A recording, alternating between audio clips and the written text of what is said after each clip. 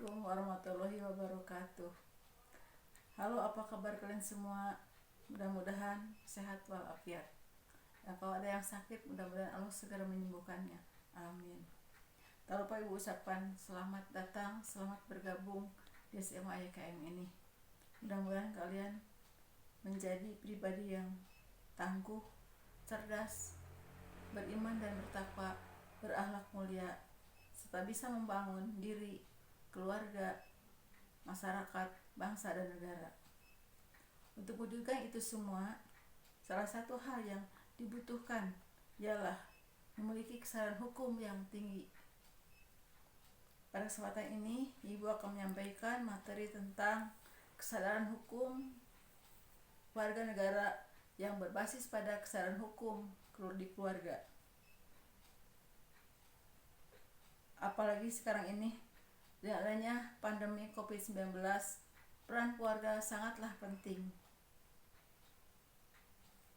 dalam proses pendidikan. Untuk itu, Ibu akan membahas tentang pertama, pengertian kesadaran, pengertian hukum dan kesadaran hukum. Yang kedua, tentang indikator-indikator kesadaran hukum. Yang ketiga, tentang tujuan hukum. Yang keempat, upaya menanamkan kesadaran hukum. Yang kelima, contoh-contoh penerapan hukum dalam kehidupan sehari-hari, yaitu kesadaran hukum lalu lintas, kesadaran hukum di sekolah dan di keluarga dalam hubungannya dan kehidupan bermasyarakat, berbangsa, dan bernegara. Ya, sekarang kita akan membahas tentang pengertian kesadaran menurut Kamus Besar Bahasa Indonesia. Kesadaran adalah keadaan mengerti sesuatu hal yang dialami, yang dilihat oleh seseorang, dan yang terjadi pada seseorang. Keadaan mengerti ini tentu diawali dengan keadaan tahu, ingat, dan bisa melihat sesuatu. Sebagai contoh sederhana, jika seseorang mengalami pingsan, maka setelah diupayakan untuk bisa sadar, ketika kelihatan ada reaksi siuman, seseorang bisa melihatkan, misalnya ini tangan, ini berapa? Ditanya, apakah sudah tahu, bisa menyebut, bisa melihat, apakah ini jari yang jumlahnya 2? Terus ini siapa? Nah, kalau sudah bisa menyebut, menjawab dengan benar, maka ini sudah sadar.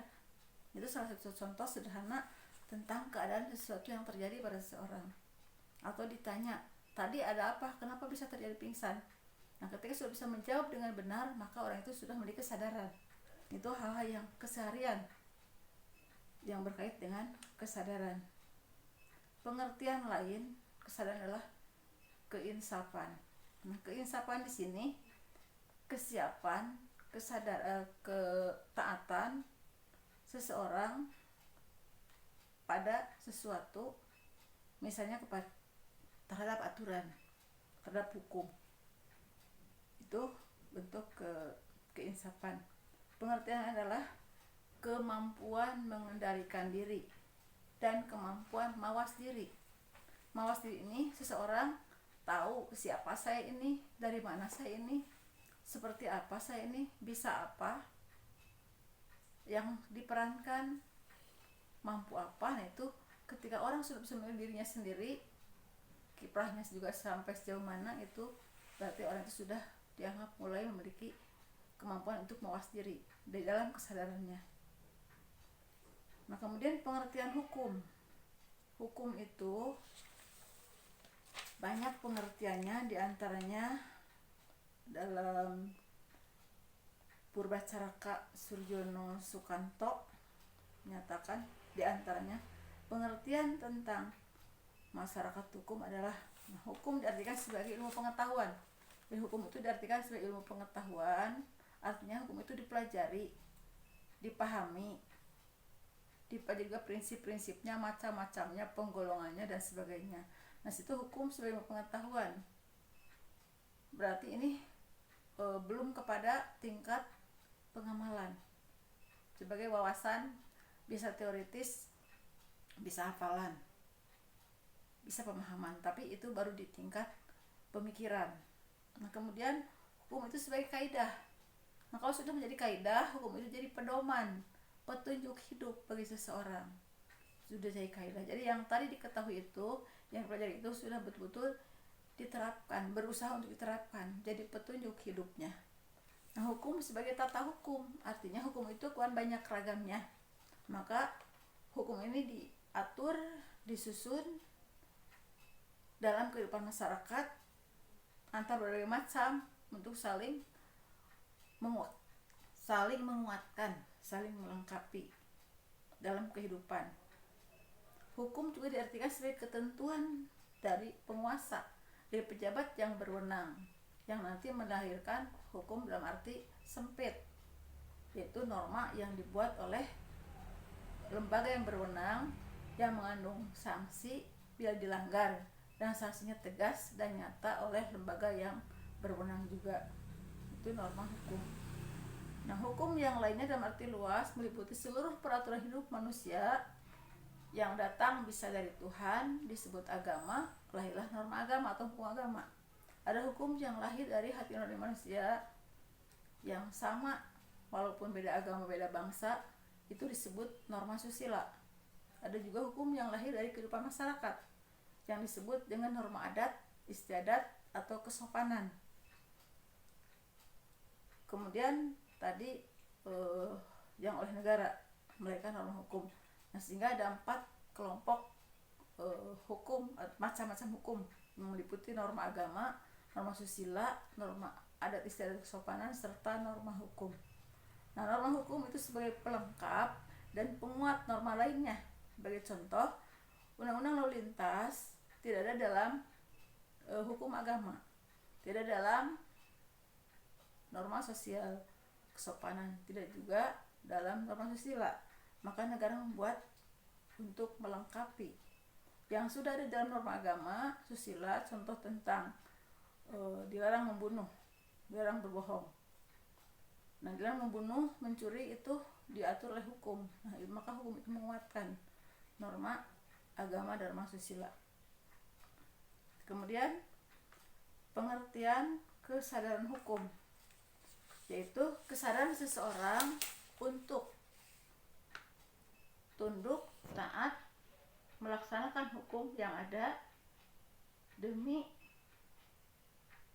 mewujudkan ketertiban, keadilan, dan kesejahteraan.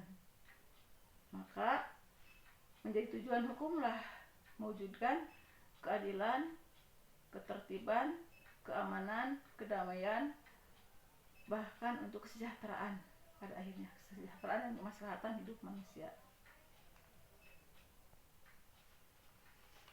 Nah, sekarang yang keempat tentang indikator kesadaran hukum menurut Zainuddin Ali. Yang pertama adalah perlunya pengetahuan hukum. Dan hukum itu harus diketahui oleh masyarakat secara luas. Yang kedua, pemahamannya. Tidak hanya tahu, tapi harus paham apa maksud dari hukum tersebut. Yang ketiga, perlu penataan hukum. Yang keempat, penghargaan terhadap hukum. Artinya hukum itu ada bukan untuk dilanggar, tapi ada untuk dilaksanakan, diperjuangkan, ditegakkan. Itu berarti sikap penghargaan terhadap hukum. Dan yang keempat adalah yang kelima, pengharapan terhadap hukum. Jadi kenapa ditegakkan? Karena tentu punya harapan, punya tujuan. Ya, tadi yang sudah diutarakan adalah untuk menciptakan keadilan, ketertiban, dan kesejahteraan dalam kehidupan bermasyarakat, berbangsa, bernegara. Yang berikut, yang kelima adalah bagaimana upaya menanamkan kesadaran hukum. Nah, upaya ini banyak sekali, dan tentu harus dilakukan oleh berbagai pihak. Yang pertama adalah dengan upaya pendidikan, dari mulai pendidikan di keluarga, di sekolah, dan di masyarakat. Jadi ini pendidikan ini merupakan usaha yang sadar bagaimana agar anak-anak di keluarga, anggota keluarga, di sekolah, murid-murid, di masyarakat, anggota masyarakat memiliki kesadaran untuk melaksanakan hukum. Yang kedua, melalui keteladanan dari orang tua di rumah, di sekolah guru, pemimpin masyarakat, dan juga para pejabat negara, termasuk pejabat penegak hukum itu sendiri. Itu yang harus memberikan keteladanan untuk taat kepada hukum. Yang ketiga adalah mengkampanyekan. Jadi ini gerakan-gerakan yang bisa mengingatkan masyarakat luas tentang pentingnya mentaati hukum. Bisa juga kampanye dengan penyuluhan yang berkelanjutan, contoh iklan layanan masyarakat melalui televisi, sehingga setiap saat bisa diterima oleh masyarakat dan akhirnya masyarakat menjadi tahu, menjadi paham untuk melaksanakan hal tersebut. Dan yang keempat adalah melalui tindakan tegas dari aparat penegak hukum. Yang terakhir, yang ke-6, tentang bagaimana penerapan kesadaran hukum dalam kehidupan sehari-hari, baik di keluarga, di masyarakat, sekolah, dan dalam kehidupan berbangsa bernegara. Penerapan kehidupan kesadaran hukum di keluarga ini menjadi fondasi sangat penting. Peran keluarga, peran orang tua untuk mendidik anak-anaknya dengan penuh kasih sayang, menanamkan apa yang menjadi hak dan kewajibannya, apa yang menjadi hak dan tanggung jawabnya di rumah, di sekolah juga orang tua mengingatkan, di masyarakat juga orang tua ikut berkiprah dalam menunjukkan peranannya. Ini keluarga sangatlah penting. Contoh di keluarga, apa tugas anak, apa tugas ibu, tugas bapak, apa yang tugas dikerjakan bersama-sama. Ini merupakan bentuk-bentuk yang harus ditanamkan oleh orang tua, dari mulai bangun tidur sampai tidur, makan, ibadah, jam sekolah, dan lain-lain. Bahkan mungkin ada juga saat-saatnya untuk hiburan. Ini terprogram dalam keluarga. Termasuk juga yang kaitannya dengan hubungan berbangsa bernegara di keluarga. Contoh, anak lahir, dibuatkan akta kelahiran. Ketika nikah di usia yang dibenarkan oleh undang-undang, misalnya minimal 19 tahun, melalui prosedur yang benar, tercatat di KUA, catatan sipil, memiliki akta nikah. Ketika sudah berkeluarga, sudah nikah, punya kartu keluarga, kemudian punya KTP, di rumah punya kepemilikan rumah, punya AJB, punya sertifikat. Nah, itu contoh-contoh di keluarga yang berkait dengan kehidupan berbangsa bernegara. Kemudian di masyarakat ada sejumlah kewajiban baik tingkat RT, RW ataupun pemerintahan desa yang harus didukung oleh keluarga-keluarga. Nah, keluarga harus membawa anak-anaknya untuk tampil ikut berpartisipasi dalam kehidupan di pemerintahan tingkat sampai tingkat desa. Kemudian di sekolah. Nah, di sekolah tentu ini sebagai tempat untuk membina disiplin yang sangat luar biasa dengan jadwal yang ketat. Nah, siswa diajari tentang disiplin belajar, disiplin waktu, tertib dalam menjaga kebersihan sekolah, ketertiban lingkungan sekolah. Nah, ini hal yang juga ditanamkan dalam keluarga. Namun biasanya kunci awalnya adalah kedisiplinan, kesadaran hukum di keluarga.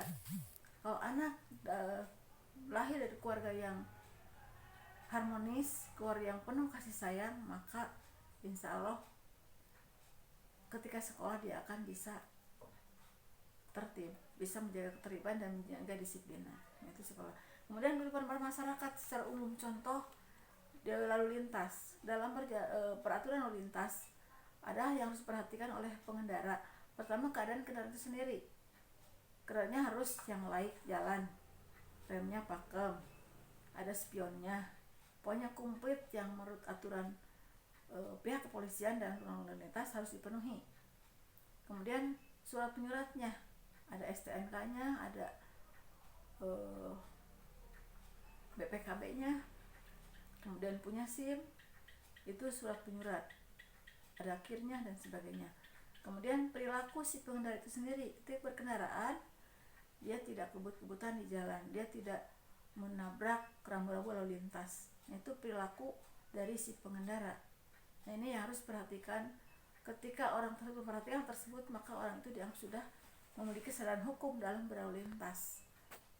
Kalau naik ke motor juga tidak sampai bertiga berempat, apalagi tidak pakai helm, tidak kebut-kebutan, tidak melakukan balapan liar, sehingga bisa menyelamatkan dirinya sendiri.